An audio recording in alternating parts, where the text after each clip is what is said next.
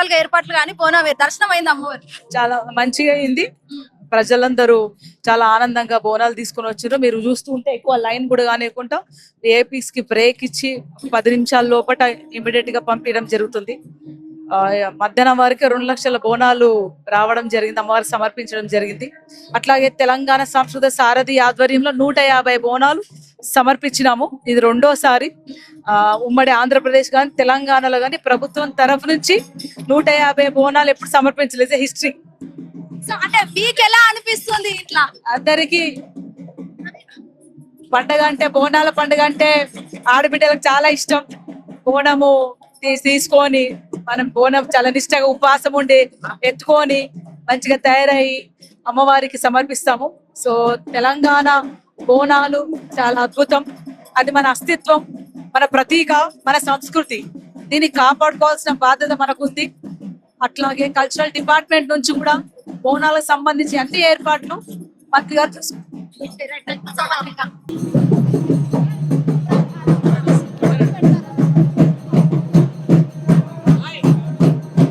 So ఏంటి అమ్మవారికి మొక్కుకున్నారా? ఎంత పెద్ద ఇవన్నీ కూడా అంటే ఎవ్రీ ఇయర్ ఇట్లా ఇప్పటికీ ఒక 11 ఇయర్స్ నుంచి ఎవ్రీ ఇయర్ వస్తుంది అనమాట ఆయనకి ఇట్లా. సో మీరేనా?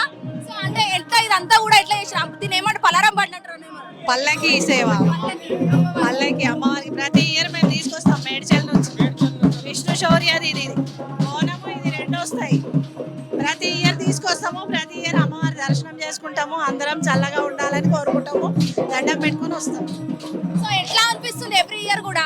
మాకు బాగా అనిపిస్తుంది. ఇక్కడ ఎన్ని ఇయర్స్ నుంచి ఇట్లా చేస్తున్నారు? 5-6 ఇయర్స్. అంటే మీ ఓన్ గానే చేస్తున్నారా? అంటే అమ్మవారు ఏ అమ్మవారు అనుకోవచ్చు? మా కాలమ్మ. ఓకే. అంటే అమ్మవారికి మళ్ళీ చేయడానికి కూడా ఎంత టైం పట్టింది? పడుతుంది. మార్నింగే వచ్చి మేము ఇక్కడ అంతా రెడీ చేసుకుంటాం. Thank you so much. ఎట్లా అనిపిస్తుంది అన్న? చాలా బాగుంది అమ్మ జాతర.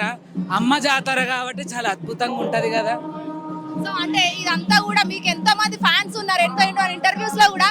సో ఎట్లా మరి ఇదంతా కూడా? తెలంగాణ రాష్ట్రంలో ఉన్న ప్రతి ఒక్క అమ్మ బిడ్డలకి మరి బోనాల పండుగ శుభాకాంక్షలు. సికింద్రాబాద్ మహాకాళి అమ్మ బోనాల జాతర శుభాకాంక్షలు తెలియజేస్తూ, అమ్మా ఎందుకమ్మా ఇంత ఆగ్రహం ఉగ్రహం? అమ్మా ఎండలు దంచి కొడుతున్నాయి, అమ్మ పాదాలు గాలిపోతున్నాయి, అంత ఎండ ఎందుకమ్మా, అంత ఉగ్రము ఎందుకు తల్లి? మంచిగా ఆనందంగా సకాలంలో వర్షాలు కులవాలి, అందరికీ కూడా అన్నదాత ప్రభు సుఖశాంతులతో ఉండాలి, పంటలు మంచిగా వండాలని మనస్ఫూర్తి కోరుకుంటున్నాను. ఓవరాల్ గా ప్రజలకు కూడా ఏం చెప్తా ఉన్నారు? భక్తులకు కూడా, ప్రజలోకానికి అందరికీ కూడా అరకతి బరకతి ఆయుర ఆరోగ్యాలు మంచిగా ఉండాలని అమ్మవారిని సంకల్పించి ఈ యొక్క భోజనం అమ్మవారు పెట్టేటప్పుడు సకల జనులు బాగుండాలని కోరుకుంటాను.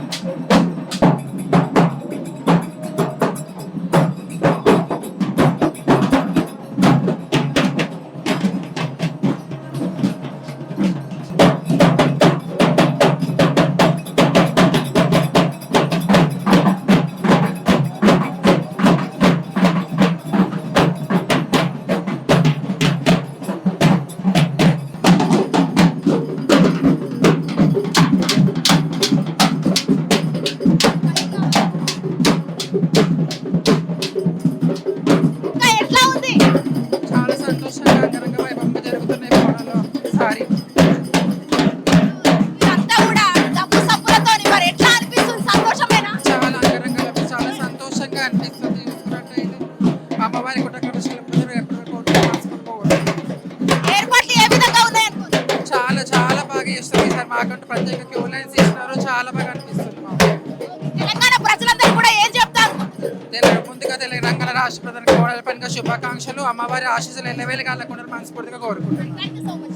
రైట్, ఇంకా తెలంగాణ అంతా కూడా ఉజ్జయిని మహంకాళి అమ్మవారితో ఏదైతే బోనాలకు సంబంధించి దద్దరిల్లుతుంది అని చెప్పొచ్చు. ఎంతో మంది జోగినీలు, అటు వేలాది భక్తులు, 1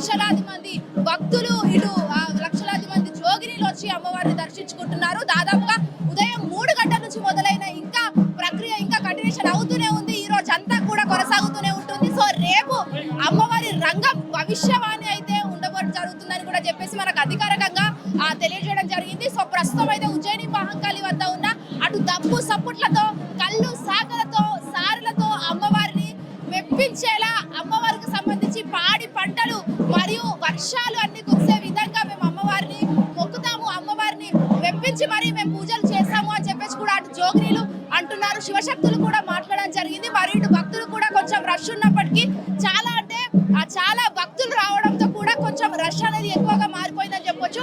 సో రష్ ఉండడంతో కూడా కొంచెం ఇబ్బందికరంగా అక్కడక్కడ మారిందని కూడా మనకి ఇక్కడ కనిపిస్తున్న పరిస్థితి కనిపిస్తుంది. సో ఓవరాల్ గా మొత్తం ఉజ్జయిని మహంకాళి అమ్మవారి ఆలయం అంతా కూడా ఇక్కడ భక్తులతో గిటగిటలాడుతూ దద్దరిల్లుతుందని చెప్పొచ్చు. ప్రవీణ్ తో Shweta Gangadhar, hit TV, Mahankali temple.